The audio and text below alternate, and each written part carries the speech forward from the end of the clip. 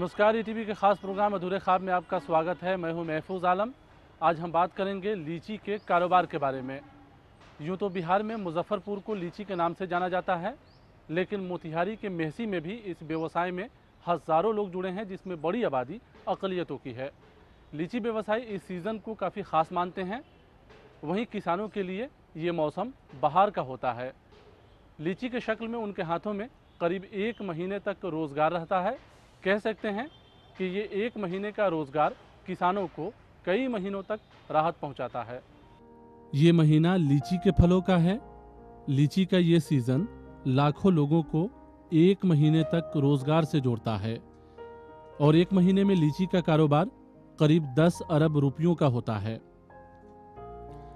मुजफ्फरपुर को पूरे देश में लीची के नाम से जाना जाता है, लेकिन मोतिहारी के मेहसी ब्लॉक में भी हज़ारों लोग लीची के व्यवसाय से जुड़े हैं, जिसमें 60% से ज़्यादा आबादी अक़लियतों की है। जानकार कहते हैं कि ये महीना किसानों के लिए बेहद ख़ास होता है। उनके हाथों में रोज़गार होने के साथ साथ कुछ पैसे भी भविष्य के लिए बच जाते हैं।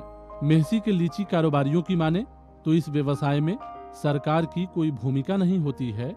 उनके मुताबिक सरकार की तरफ से इस कारोबार को बढ़ावा दिया जाए तो लीची सूबे की तरक्की में अपना अहम योगदान अदा कर सकती है। साल में एक बार बिजनेस आता है। साल में एक बार बिजनेस के बाद में 2 महीना 1 महीना सब आदमी काम करता है यहाँ पे। मतलब गरीब, इसमें गरीब भी है, अमीर भी है। गरीब लोग यहाँ पे काम करते हैं।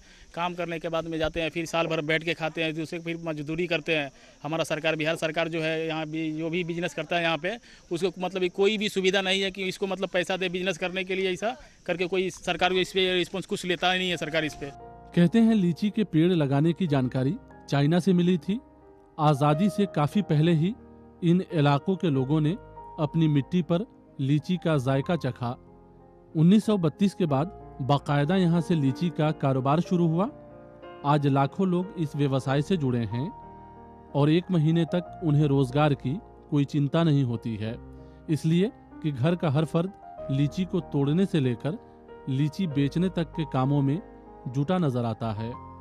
बिहार में करीब 80,000 एकड़ जमीन पर 32 लाख लीची का पेड़ लगा है। लीची सबसे ज्यादा बिहार में होता है, उसके बाद पश्चिम बंगाल, झारखंड, आसाम, छत्तीसगढ़ और पंजाब में होता है। अकेले बिहार में लीची का उत्पादन एक सीजन में करीब 2,34,000 टन होता है, जिसमें अकेले 500 करोड़ रुपयों का कारोबार मेहसी से हो जाता है। जानकारों की माने तो लीची के व्यवसाय पर बड़े कारोबारियों का कब्जा है। मजदूरों को बहुत ज्यादा फायदा नहीं हो पाता है। सबसे बड़ा प्रॉब्लम है मीडिएटर। जो यहाँ मीडिएटिंग करता है, जो लोडिंग कराता है, वो पैसा खाता है। प्लस वहाँ बिक्री 1000 रुपया अगर होता है तो अब यहाँ इन लोगों के हाथ में क्या मिलता है? 400-500 रुपया।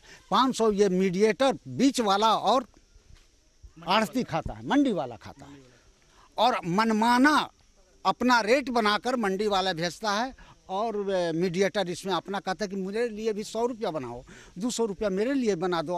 अगर 100 रुपया वो काटता है तो 200 अपने लिए काट लेता है। मुजफ्फरपुर और मोतिहारी के मेहसी ब्लॉक के किसानों के लिए ये महीना बेहद खास होता है। 1 महीने के इस कारोबार से किसानों की आर्थिक हालत न सिर्फ बदलती है, बल्कि 1 महीने में किसानों के कई अधूरे काम पूरे हो जाते हैं। हालांकि लीची के कारोबारियों के मुताबिक इस व्यवसाय पर सरकार की तरफ से कोई खास तवज्जो नहीं दी जाती है। अगर सरकार लीची के व्यवसाय पर खास ध्यान दे तो बिहार का ये इलाका खुशहाल इलाकों की फहरिस्त का हिस्सा बन सकता है। उधर मजदूरों की माने तो इस मौसम में उनकी कमाई कुछ खास तो नहीं होती है, लेकिन आम दिनों के मुकाबले उन्हें रोजगार जरूर मिल जाता है। क्या 250 में आज के ज़माने में क्या फ़ायदा हो गया सर? खाली में 2-4 आदमी के क्या फ़ायदा होने का रहता है? कुछ भी नहीं। हम इसके लिए आते हैं कि फल फूल अगर घर में ले जाएंगे शाम में तो हमारे घर में भाई बहन जो भी हैं किसी और के सामान जियान नहीं करेंगे, नुकसान नहीं करेंगे। इसके लिए हम लोग ये काम करते हैं। लीची 2 तरह का होता है, एक चाइना लीची और दूसरा शाही लीची। सबसे ज्यादा शाही लीची को पसंद किया जाता है। मौसम की खराबी के चलते कई बार लीची में कीड़े भी लग जाते हैं, जिससे लीची के कारोबारियों को भारी नुकसान उठाना पड़ता है। उधर देश का पहला लीची अनुसंधान केंद्र होने के बाद भी इस मसले से छुटकारा नहीं मिल सका है। बहुत सारे लीची पेड़ सूखने लगते हैं। अगर उस पेड़ में पेस्टिसाइड कौन सी डाली जाए, क्या अवेयरनेस प्रोग्राम हो, अवेयरनेस लोगों को, हर एक आदमी को एक जानकारी हो कि इस टाइमिंग में इतनी पानी डाली जाती है, ये फर्टिलाइजर का या इस पेस्टिसाइड का यूज की जाएगी तो और ज़्यादा इससे डेवलपमेंट होगा और वृद्धि होगी। और इसका पूरा लाइफ स्पैन जो होता है इस लीची का, यानी 1 महीने का होता है, यानी 15 मई से लेकर 15 जून तक कहीं है। लीची अनुसंधान केंद्र के मुताबिक इस सिलसिले में किसानों के दरमियान जागरूकता की कमी है। अनुसंधान केंद्र के डायरेक्टर की माने तो समय पर लीची के पेड़ों का रखरखाव किया जाए तो कीड़े लगने का मसला न सिर्फ हल होगा बल्कि लीची के पैदावार में भी इजाफा हो सकता है। दरअसल पूरे देश में लीची का उत्पादन 5,85,000 टन है, जिसमें बिहार की हिस्सेदारी 2,34,000 टन है। यानी देश में जितना लीची का उत्पादन होता है उस हिसाब से प्रतिवर्ष एक व्यक्ति के हिस्से में महज 460 ग्राम लीची आता है। अनुसंधान केंद्र की माने तो लीची के पेड़ों को वक्त पर सही तरीके से छिड़काव और रखरखाव की व्यवस्था किसान करने लगे तो लीची के उत्पादन को और भी बढ़ाया जा सकता है। कुछ ऐसी व्यवस्था करें, चाहे मिड कैनापी स्प्रिंकलर या किनारे में विंड ब्रेक लगाएं, वायुरोधक पौधे लगाएं, जिससे कि हवा के, चूँकि गर्मी ही में ही लीची पकती है, ये सभी लोग जानते हैं, और उससे हमको पूरी प्रिपेयर्डनेस रखनी है। अब जो किसान भाई इसका नहीं कर पाते हैं, जो उत्पादक लोग इसको नहीं कर पाते हैं, उनको यकीनन नुकसान होता है, लेकिन जो लोग इसको कर लेते हैं उनको इससे फ़ायदा बहुत ज़्यादा होता है। इसी प्रकार से कीड़े की है। अब कीड़े को तो प्रकृति के वो भी भाग हैं और उनका भी भोजन जब पेड़ पौधे और फल ही हैं तो वो भी उसमें करते हैं, लेकिन जो इकोनॉमिक लेवल पर कीड़े अगर कोई मान लीजिए बहुत ज़्यादा इकोनॉमिक लेवल पर डैमेज करते हैं तो उसको नियंत्रित करने के लिए हम लोग उस पर एक्सपेरिमेंट करके और दवाइयों को, चाहे वो बायो पेस्टिसाइड्स हैं, चाहे वो प्लांट बेस्ड पेस्टिसाइड्स हैं जैसे नीम का और इसका तमाम पेस्टिसाइड अवेलेबल है, या जो भी उसका पैकेज या प्रैक्टिस में हम लोग डेवलप करके देते हैं। लीची के इस व्यवसाय में जुड़े बड़े कारोबारियों की तो चांदी होती है, लेकिन मजदूरों को कोई खास फायदा नहीं मिल पाता है। मेहनताना के तौर पर चंद पैसे उनके हाथों में आते हैं, फिर भी जानकारों के मुताबिक मेहसी और मुजफ्फरपुर के इस पूरे इलाके में किसानों के लिए ये महीना काफ़ी राहत भरा होता है। बहरहाल वक्त हो गया है ब्रेक का, ब्रेक के बाद फ़ौरन वापस आते हैं।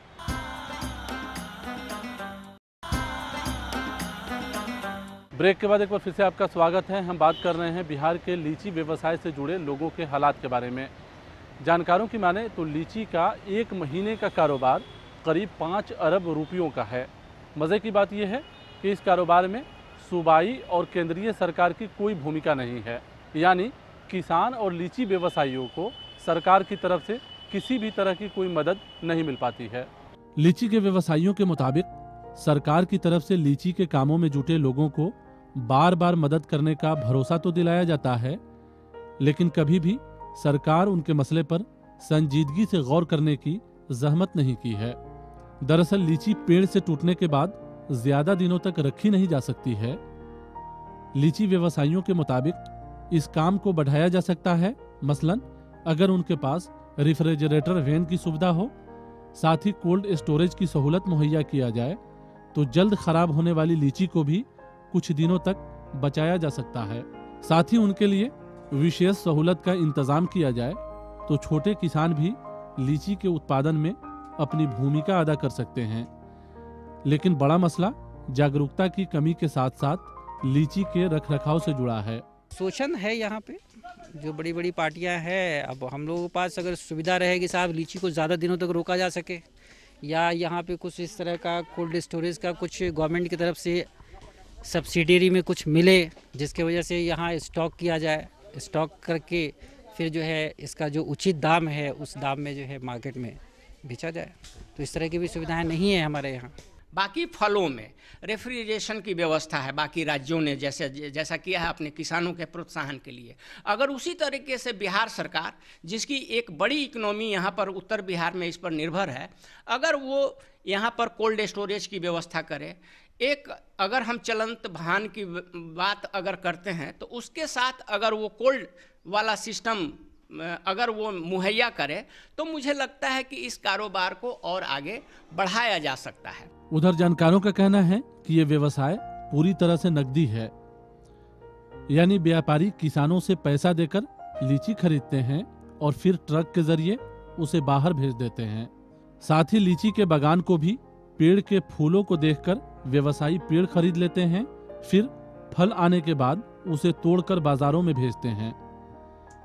उधर लीची के काम से जुड़े लोगों को भी 2 वक्त की रोटी का इंतजाम हो जाता है, लेकिन मजदूरों की माने तो पूरे दिन काम करने पर उन्हें चंद पैसे ही मिल पाते हैं, जबकि सबसे ज्यादा फायदा लीची के कारोबारियों को होता है।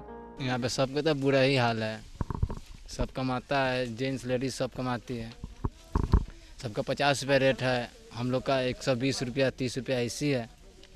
उसके बाद हम लोग कोई काम धाम नहीं है, खेती बाड़ी करते हैं, लीची के सीजन आता है तो लीची में ये सब काम धाम करते हैं हम लोग। इस काम में महिलाओं की भी बड़ी तादाद है। पुरुष लीची के पेड़ से लीची का फल तोड़ते हैं और महिलाएं और बच्चे उन फलों का ग्रेडिंग करती हैं, यानी लीची का गुच्छा बनाती हैं, ताकि वो लकड़ी के इस बॉक्स में सही तरीके से रखा जा सके और ये बॉक्स बाजार में लोगों की तवज्जो का मरकज बन सके।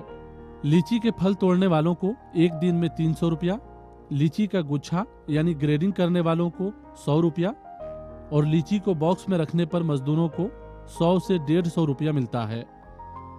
मजदूरों के हाथों में इस महीने में रोजगार तो मिल जाता है, लेकिन उनके मुताबिक उनकी हालत पहले से ही इतनी खराब होती है कि लीची के मौसम में भी ठीक से उनके घर का चूल्हा नहीं जल पाता है। बाल बच्चा बा, अब 50 रुपया मिले मजबूरी, तो 50 रुपया में 10 व्यक्ति खा लेगा। आए तो भूखा बन के आयल बड़ी कमाए, तो दिन भर कमाए तो 50 रुपया सांझ के मिली, उससे कुछ हो 10 व्यक्ति खा ली। बच्चे को पढ़ाते हैं, इसी में खाते हैं, और क्या करें। काम सरकार करेंगे तो सरकार हमको पूरा कर देगा, नहीं पूरा करता है, सब गलत है, भाषण गलत है, कोई पूरा नहीं करता है। गलत सरकार भेजता है तो गाँव वाला खाता है, कोई क्या नहीं देता है कि हाँ ले एक चुटकी हम लोग का दाना नहीं मिलता है। उधर इस मौके का फायदा छात्र भी उठाते हैं। इस पेड़ पर लीची का फल तोड़ रहे ये बच्चे 12वीं के छात्र हैं। कोशिश ज्यादा से ज्यादा फलों को तोड़ने की है ताकि ज्यादा से ज्यादा पैसा उनके हाथों में आ सके। छात्रों से पूछा तो उन्होंने कहा कि इस मौसम में कुछ पैसे वो जमा कर लेते हैं ताकि जेब खर्च के साथ साथ पढ़ाई का भी कुछ खर्च निकाल सकें। इसी तरह से मतलब अपना खर्च निकालते हैं। एक महीने के अंदर हम लोग कमा के और ट्यूशन फ़ी और स्कूल की फ़ी हम लोग भरते हैं, कॉमन जैसे जमा करते हैं और एग्ज़ाम का फ़ी निकालते हैं।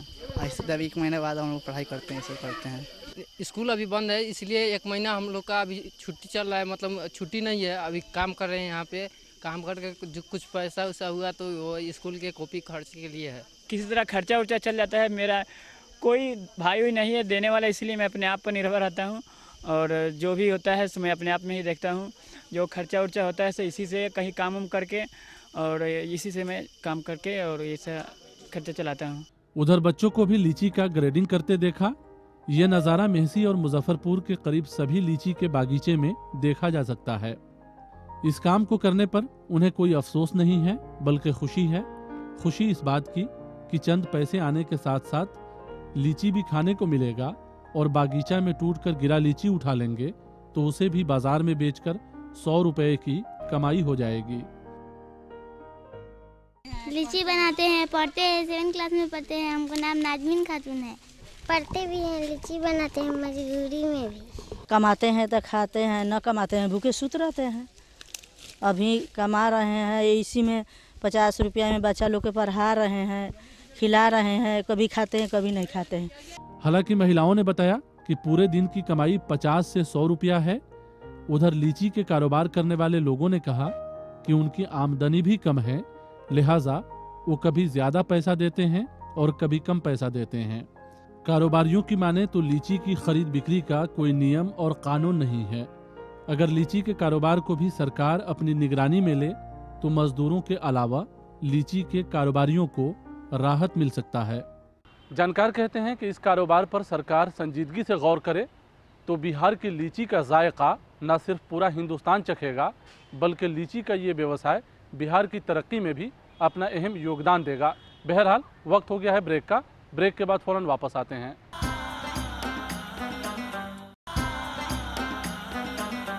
ब्रेक के बाद एक बार फिर से आपका स्वागत है। हम बात कर रहे हैं लीची व्यवसाय से जुड़े लोगों के हालात के बारे में। लीची व्यवसायियों की मुश्किल ये भी है कि उनके पास बाज़ार के नाम पर बिहार, यूपी और दिल्ली की मंडी है। पेड़ से टूटने के बाद चूँकि लीची को ज़्यादा दिनों तक रखा नहीं जा सकता है, लिहाजा बड़े कारोबारी किसानों से लीची औने पौने भाव में ख़रीदते हैं और ख़ुद बड़े बाज़ार में बड़ा मुनाफा कमाते हैं, जबकि किसानों की हालत बदल नहीं पाती है। जानकारों ने इस सिलसिले में सरकार को पहल करने की अपील की है। बिहार में लीची व्यवसाय की सबसे बड़ी मुश्किल बाजार की कमी है। दरअसल लीची आसपास के जिलों में बिकने के साथ ही यूपी और दिल्ली की मंडियों में जाती है। मसला ये भी है कि लीची व्यवसायी यहाँ के किसानों से लीची खरीदते हैं, लेकिन उस लीची का रेट क्या होगा ये दिल्ली की आज़ादपुर मंडी में तय होता है। यानी किसानों को पैसा अपनी मर्जी से नहीं मिलकर मंडी में खुलने वाले रेट के आधार पर मिलता है। इस मामले को लेकर स्थानीय लीची के कारोबारी सख्त नाराज हैं। अगर जोड़ा जाए तो 100 रुपये बक्सा हम लोग का नहीं मिलता है। ये सब अड़हतिया लोग खा जाते हैं, बोलते हैं से हम 800 का देंगे बिक्री, 1000 का बिक्री देंगे। आज का डेट में लीची का बिक्री 250-300 का बिक्री दे रहे हैं। बोलिए 250-300 का लेबर को हम देंगे कि बागान वाले को देंगे कि अपना पेट चलाएंगे। गौरतलब है कि लीची को पेड़ से तोड़ने के बाद बाहर भेजने के लिए उसे लकड़ी के इस बॉक्स में रखना होता है। एक बॉक्स में करीब 22 से 25 किलो लीची रहता है और एक ट्रक में 5 से 700 बॉक्स रखा जाता है। प्रतिदिन मुजफ्फरपुर से करीब 25 से 30 ट्रक और मेहसी से 30 से 40 ट्रक दिल्ली और यूपी की मंडी में जाता है। व्यवसायी यहाँ के किसानों से लीची का एक बॉक्स 200 से 250 रुपये में खरीदते हैं और उसे दिल्ली की मंडी में 7 से 800 रुपये में बेचते हैं। किसान जब एक बॉक्स को 2 से 250 रुपये में देने से इनकार करते हैं तो उन्हें ट्रांसपोर्टेशन और दूसरी खर्च को बताकर फिर से उसी दाम में उनसे लीची खरीद लिया जाता है और ज़्यादा से ज़्यादा मुनाफा बिचौलिए और बड़े कारोबारियों के हिस्से में आता है।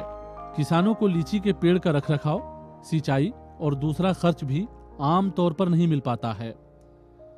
स्थानीय कारोबारियों के मुताबिक एक तो बाजार नहीं है, ऊपर से यहाँ से लीची यूपी और दिल्ली की मंडी में जाती है तो लीची की कीमत यहाँ तय होने के बजाय दिल्ली में बैठे व्यापारी तय करते हैं।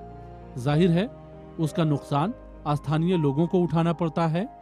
यहीं पर किसान सरकार को पहल करने और लीची के व्यवसाय के सिलसिले में ठोस नियम बनाने की अपील करते हैं। लीची का मामला ये है कि जो यहाँ पे व्यापारी हैं, जैसे हम बागान है मेरे पास, हम बागान किसी व्यापारी को बेच देते हैं। व्यापारी क्या करते हैं, उसको कलेक्ट करके वो भेजते हैं आज़ादपुर मंडी, दिल्ली या कानपुर या फिर गोरखपुर। और जो रेट मिलनी चाहिए वो रेट डिसीजन यहाँ नहीं होता है कि मैं बॉक्स में भाई 800 रुपया या 600 रुपया की क्या रेट होगी, ये डिसीजन यहाँ नहीं ली जाती है। ये डिसीजन वहाँ के मंडी, वहाँ के व्यापारी लेते हैं, या तो आज़ादपुर मंडी के व्यापारी ले या फिर गोरखपुर के व्यापारी ले या फिर कानपुर, जहाँ यहाँ से ट्रक बन के जाती है। एक ट्रक पे 600-500 ट्रक बॉक्स, एक ट्रक पे 600 से 500 बॉक्सेस जाते हैं, जिस बॉक्सेस में क्वांटिटी जो होती है अप्रॉक्स 1000 होती है और वेट लगभग 25 केजी के आसपास होता होगा, 22, 24, 25। जानकारों की माने तो जिस तरह नागपुर में संतरे का, जम्मू कश्मीर में सेब का, नासिक में अंगूर का और आंध्र प्रदेश में काजू और किशमिश का कारोबार होता है, उसी तरह बिहार की लीची पर सरकार गौर करे तो इस व्यवसाय से जुड़े लोगों को राहत पहुंचने के साथ साथ बिहार की तरक्की में लीची का व्यवसाय भी अपनी अहम भूमिका अदा कर सकती है। लेकिन इस सिलसिले में बातें तो खूब होती है, लेकिन कभी संजीदा पहल नहीं की जाती है।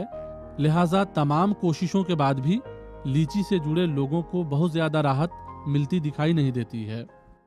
अगर राज्य सरकार इस बागवानी को विकसित करने के लिए, जो हमारे पर्यावरण के संतुलन के लिए भी ज़रूरी है, अगर इस तरीके से इस नकदी फसल को, जो लीची का कारोबार है या आम का कारोबार है, अगर इस तरह के पेड़ों को, पौधों को किसानों को देना शुरू करें और उसके साथ साथ तकनीकी सहायता, वैज्ञानिक सुझाव अगर समय समय पर किसानों को मिले, तो मुझे लगता है कि इसकी आमदनी जिस तरह से आज 10 अरब रुपए का व्यवसाय है, ये आगे आने वाले 5 वर्षों में 20 अरब रुपए का होगा। अरबों रुपए का ये व्यवसाय पूरी तरह से नगद पैसे का है। लाखों लोग इस कारोबार से जुड़े हैं, लेकिन तकनीकी एतबार से यहाँ के किसान काफ़ी पीछे हैं। मसलन उनके पास रेफ्रिजरेटर वैन नहीं है, प्रिजर्वेशन की सहूलत नहीं है, कोल्ड स्टोरेज नहीं है, साथ ही लीची में कीड़े लगने का मसला हल नहीं होता है। जबकि मुजफ्फरपुर में लीची अनुसंधान केंद्र है, फिर भी इन मुश्किलों से निजात नहीं मिल सका है। उधर किसानों को लोन की सहूलत हासिल नहीं है और न ही उनके व्यवसाय का कोई इंश्योरेंस होता है। जानकार कहते हैं कि जागरूकता की कमी के कारण भी किसानों को मुश्किलें उठानी पड़ती है। फिर भी किसानों को 1 महीने तक रोजगार की चिंता नहीं होती है। यहाँ तक कि बॉक्स बनाने वाले कारपेंटर को भी इस महीने में अच्छी कमाई हो जाती है। सजेशन है, अगर उसको लिया जाए, अगर उस पर काम की जाए तो वाकई यहाँ का बिजनेस बहुत डेवलप करेगा। पहला कि इंटरनेशनल मार्केट में चाइना की लीची जाती है, मेहसी या मुजफ्फरपुर या बिहार की लीची इंटरनेशनल मार्केट में नहीं जा पाती है। दूसरा, यहाँ पर सबसे अहम बात है कि दिल्ली तक जाने में कोई रेफ्रिजरेटेड वैन नहीं है। लीची के कारोबारियों के मुताबिक अगर सरकार उनके लिए बाजार मुहैया कराए तो ये कारोबार और भी फल फूल सकता है, लेकिन बाजार के नाम पर यूपी और दिल्ली की मंडी के अलावा उनके पास कुछ भी नहीं है। लीची के कारोबारियों के मुताबिक सरकार को इस सिलसिले में पहल करने की जरूरत है। अगर ऐसा होता है तो इस इलाके में लीची के कारोबार से जुड़े लोगों में न सिर्फ खुशहाली आएगी बल्कि उनका इलाका भी तरक्की की रफ्तार को छुएगा। मुजफ्फरपुर और मेहसी के इस पूरे इलाके में लीची का बाजार सजा है। बागीचे में लोगों का हुजूम है। क्या बच्चे, क्या बूढ़े और क्या महिलाएं सब लीची के काम में जुटे हैं। लीची व्यवसायी इस महीने को काफ़ी एहतराम करते हैं, इसलिए भी कि उनके हाथों में इस महीने में कुछ पैसे आ जाते हैं। साथ साथ उनके इलाके को दूसरे सूबे में काफ़ी कद्र के निगाह से देखा जाता है। बहरहाल वक्त हो गया है आपसे रुखसत लेने का। अगले हफ्ते किसी नए मुद्दे के साथ आपसे फिर मुलाकात होगी। अगर आप इस प्रोग्राम के बारे में अपना कुछ सुझाव देना चाहते हो तो हमें ईमेल कीजिए। हमारा ईमेल एड्रेस है ak@etv.co.in। तो यहीं पे हमें और हमारी पूरी टीम को दीजिए इजाज़त। नमस्कार।